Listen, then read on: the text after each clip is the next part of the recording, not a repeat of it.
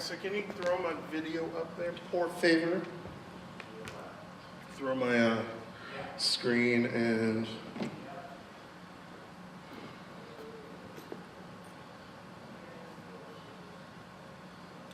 Oh God, what did I even call this panel?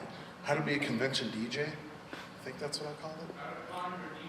How to con your DJ. Okay, so, hello, welcome. My name is Rekka.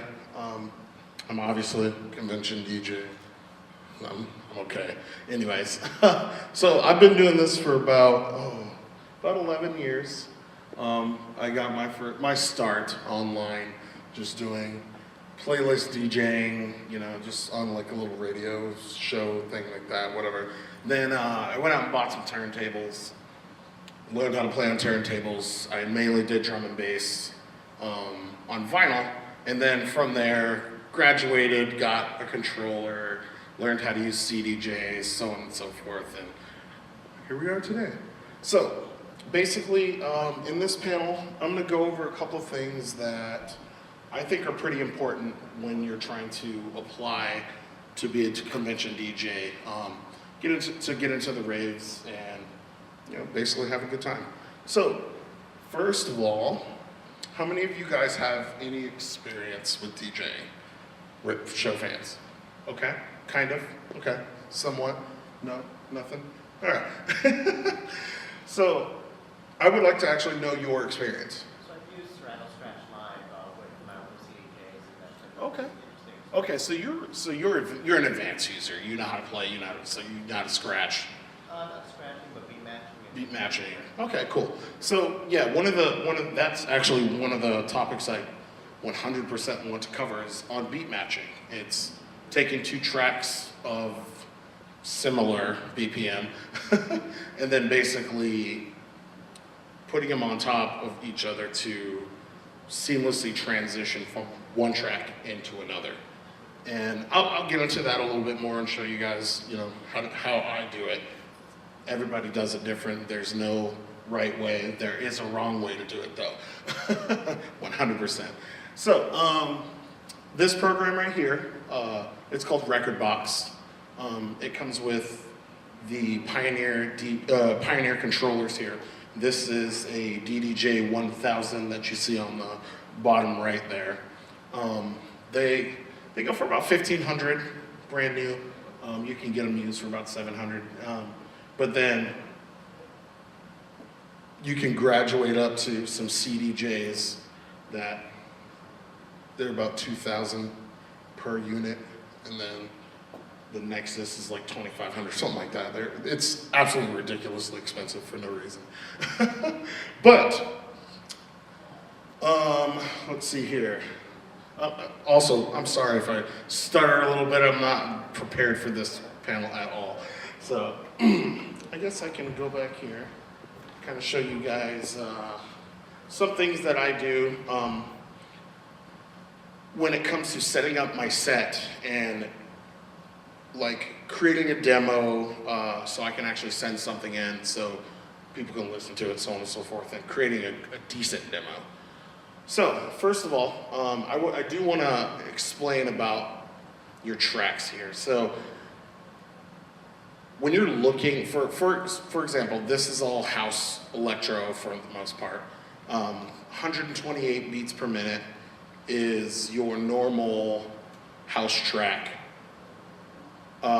It's basically a 4 on the floor beat. It's a 1, 2, 3, 4, 1, 2, 3, 4, so on and so forth.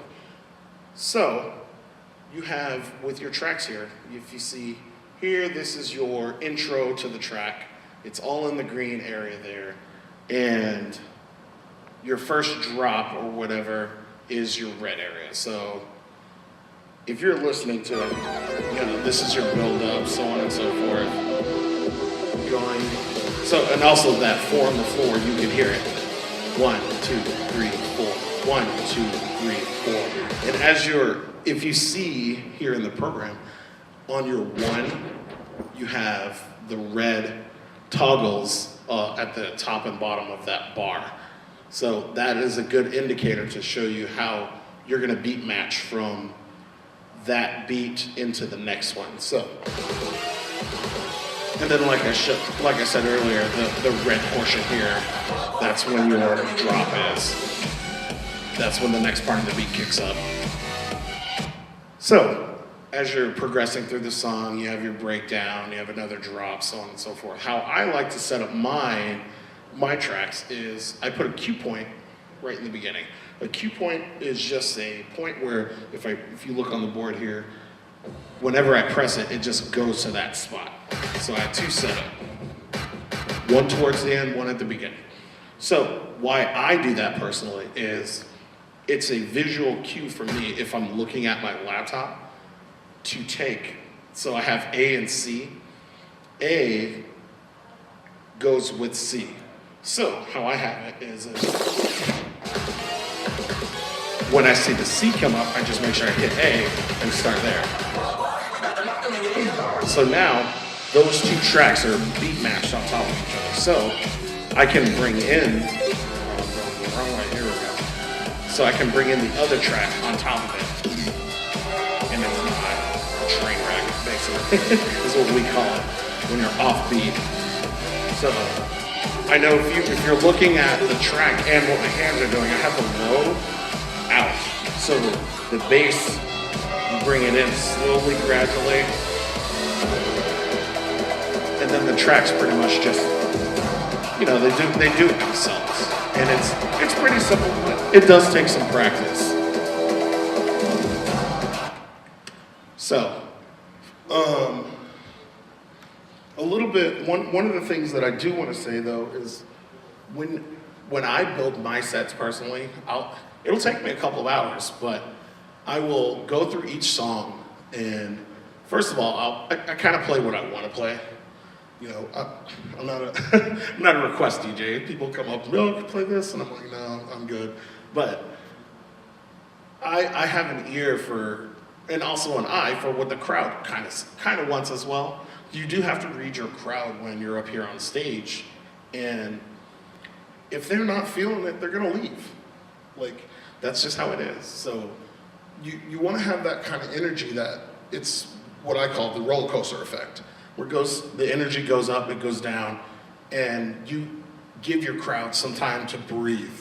You don't just want to go heavy. I mean, I'm not at a festival, so I'm not going to be moshing the entire night. But at the same time, you do want to give them something that they're going to be engaged with. So it'll take me upwards of 20, 30 hours to just find the songs that I want to play for a set. But once I do, I'll put them all in the playlist like you see down here, and I'll start to, basically it's just a giant puzzle for me. So it's like, okay, if I want to play this track, and I know this track is in the same key, I'm going to play them, one by one, whatever, and try to figure out which one goes first, which one I want to have second, which one has too long of an intro, if I want to cut stuff, so on and so forth. I'll bring you a present. Oh, thanks, brother. So, let's see here. So, does anybody have any questions so far? No? Okay. So, let's see here.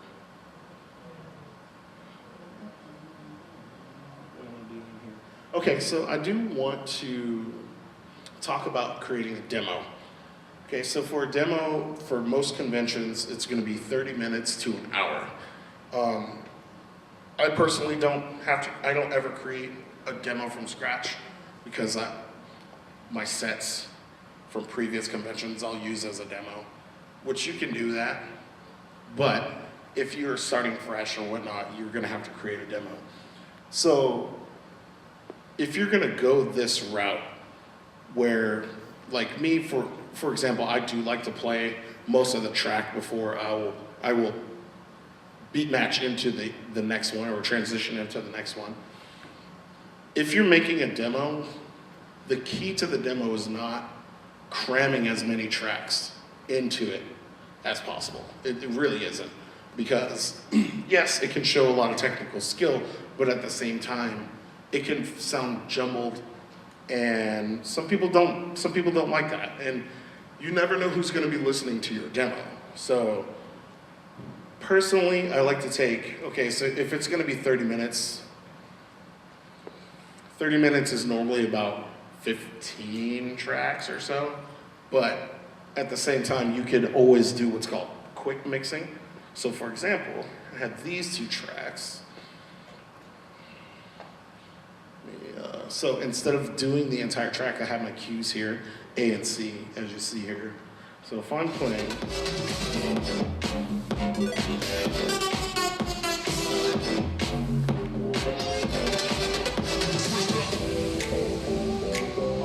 so basically what I'm gonna be doing is, in the breakdown, instead of doing the second drop for the first song, I'll do the second drop of the second song.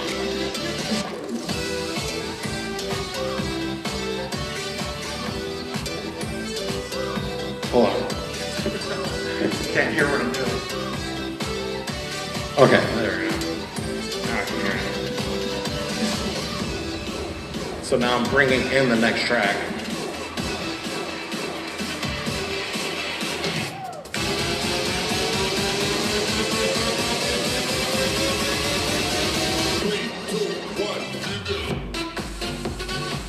Thanks for the lights.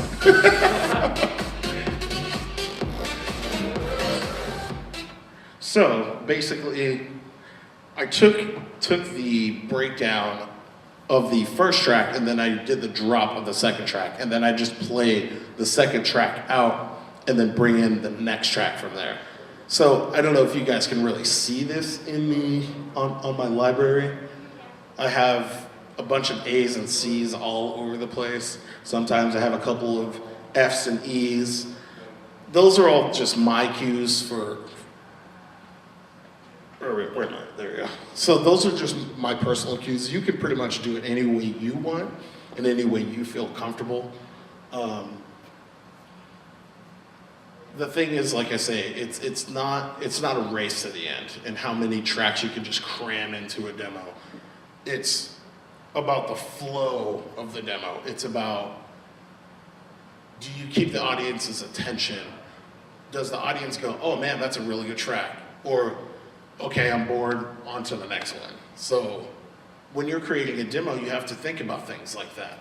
So you have to pick your songs that, not necessarily that you just like to hear, but you think other people are gonna hear. So, when it does come to submitting your demo, most cons, not all of them, are gonna have like their Twitter, and then you can just go onto a form, fill the form out, submit it, it's submitted, boom, you're good to go. Some cons you do have to email in, some cons you have to submit video. Like for example, Dragon Con, they want you to have video of you playing, because they're not, it's Dragon Con, you know, they're, I don't know, what they have, like 40,000 people or something like that? It's an insane amount of people, but their dances are a very big part of their convention, so they want the best of the best. I haven't even gotten into Dragon Con. It's tough, like, you have to, who's laughing? Oh, hi. Anyways, you have to start from a smaller convention, obviously, and then work your way up. Especially in the anime scene, it's about who you know, unfortunately. And it's kind of sucks, but I mean, it is what it is. But, I mean, I am personally trying to break into the anime scene and do more anime cons and stuff like that, but the style of music that I play, the crowd, they're kind of into it, kind of not, so I think I might have to switch up my style a little bit, which is, it's fine. I mean, when you're going from one genre to another, you just have to basically watch your crowd. If the crowd is into it, then, you know, keep going, and if they're not, then you have to switch it up. So I'm trying to think of what else to talk about here. Hey, does any of you guys have anything to chip in, or you? How do I pick my music? Ooh, that's a good question. So, a lot of my music I do a lot. I listen to music all the time, so I'm always listening to podcasts. I'm always listening to the DJs that I like. You know, Martin Garrix, Morgan Page, Tiesto. You know, I listen to all their podcasts and stuff like that, and I'll hear a track, and if it sparks my interest, you know, I'll go out on Beatport and I'll buy it, and I'll throw it into my record box here, and I'll see what it sounds like, you know, with tracks that I've already used in the past. Because the thing is, I'm not going to be able to go to every single con that I go to and just have a new set every single time. Like, that costs money. Because I do buy my music. I don't illegally download my music, but, and you should too. But, I mean, if you do, I'm not going to tell anybody. Yeah, that's pretty much, I just listen to a lot of podcasts. And if I like it, I download it, so. Does anybody have any questions? You got anything to chime in on? What do you think? I can think about a moment. Say what? Nothing that you can think of? No? Okay. So you guys just walked in. You guys got any questions? I know you guys came in late, so you didn't see a lot of stuff that I was doing.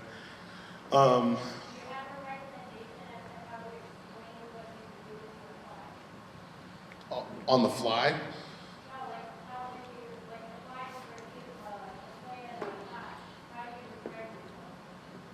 Oh, yeah. So, yeah, you are going to have to, like, when you fill out those forms to put in for a convention, sometimes they do have, like, a little thing, oh, you know, tell us a little bit about yourself. It's, unfortunately, in the fandom now, DJing has gotten very competitive. So, it's like writing your own resume, honestly. You have to make sure that you're professional as well. Like, you can't just, as a DJ, you can't just be like, oh, I'm gonna rage every day, and then people see you, and then you try to apply. You never know, somebody saw you doing something stupid, and you know, they're gonna be like, oh, well, I don't want that guy on my stage because, you know, he threw a chair or something, you know? I mean, there's been DJs who've been, like, at further confusion. They've been behind, like, this stuff is expensive. And other people's gear is up here as well. Like, there was a guy who was doing champagne into the crowd. And, you know, yeah, it's cool and all, but he's not famous. He's at a furry convention. And he ended up damaging the subs because he was on stage. So the subs got jacked up with champagne. People got, you know, alcohol in their eyes. So people were, you know, it's like, okay, now you're just being rambunctious, and you shouldn't do that. I'm trying to think. The thing is, like, when you're up here DJing, you gotta have fun, of course, but you're also there to give entertainment, and you gotta make sure your crowd's having fun as well. I've been doing this for a long time, and I've never, honestly, seen anybody have a bad time. Because it's like, you're there, you're dancing to the music, you're just in the groove, and you just get lost. That's what I love about being a DJ. And that's why I continue to do it. Yes, this year I am trying to expand my horizons a little bit. I'm gonna go learn how to play the piano and the guitar and all that fun stuff, just so I can make my sets that much better. Because I don't know if any of you guys know Scroy, but he plays a keytar and DJs at the same time, and it's absolutely an amazing show. And I want to bring that level to all of my shows. I just want to give everything that I have to the crowd. And I mostly do, because there's been some times like I'm up here and I'm jumping up and down, and after the set's done, I'm just wiped out. I just have to go to my room and just lay down, because I just give everything I have to the crowd, all my energy. I'm trying to think what else. You know what? If any of you guys want to come up here and take a look at the mixer, take a look at the CDJs, you are more than welcome to come up here and touch it, basically. Because I know some people are very intimidated by a big board like this, or, you know, they don't know. Yeah, come touch it. If you want, only if you want. But a lot of people are intimidated by this equipment, and you shouldn't be. The equipment's not going to do anything that you don't tell it to do. And that's what I think a lot of beginner DJs need to realize as well. It's like, unless you press play, it's not going to start playing by itself. You have to come up here and do it. So the whole notion of, oh, DJs don't do anything, they just press play and walk away. I mean, yes, that's what you do. No, I actually put technical skill into it. I don't ever do pre-made sets. I don't record it first and then, you know, go to a con and then just literally hit the play button and then walk up. You know, I don't just do that. What else? What else you got for me? I think I have a question. Sure. You're saying the equipment is really expensive. Is there a budget entry option? There are. You actually can get a controller from $100. Yeah, for $100 all the way, like I said, up to $2,500. So you're obviously you're gonna get what you pay for. So if you get a Hercules controller, they're about that big, and they have like just a low, mids, highs, probably a slider or two, and some outputs. That's about it. But that's enough to just get you started, to learn, to go out and get some software. Because the thing is, you're gonna need software, especially if you're gonna have a laptop. Like with CDJs, you only need a USB stick. But again, these are $2,500 per unit. So. Do you have a type of music or like speed that you recommend people practice to start with? A speed, as like a BPM range for beginners, to me, would be in the house range. So 128 to about 130 is about, for me, that's for me personally, that's what I think, because it's really easy to mix a house beat. It's always 1, 2, 3, 4, 1, 2, 3, 4. Like even like most tracks, like you can hear 3, 4, 1, 2, 3, 4, 1, 2, 3, 4, and then you're just gonna layer the other track right on top of it. So what makes the other kinds different? Half beats, 16th beats. So for example, like.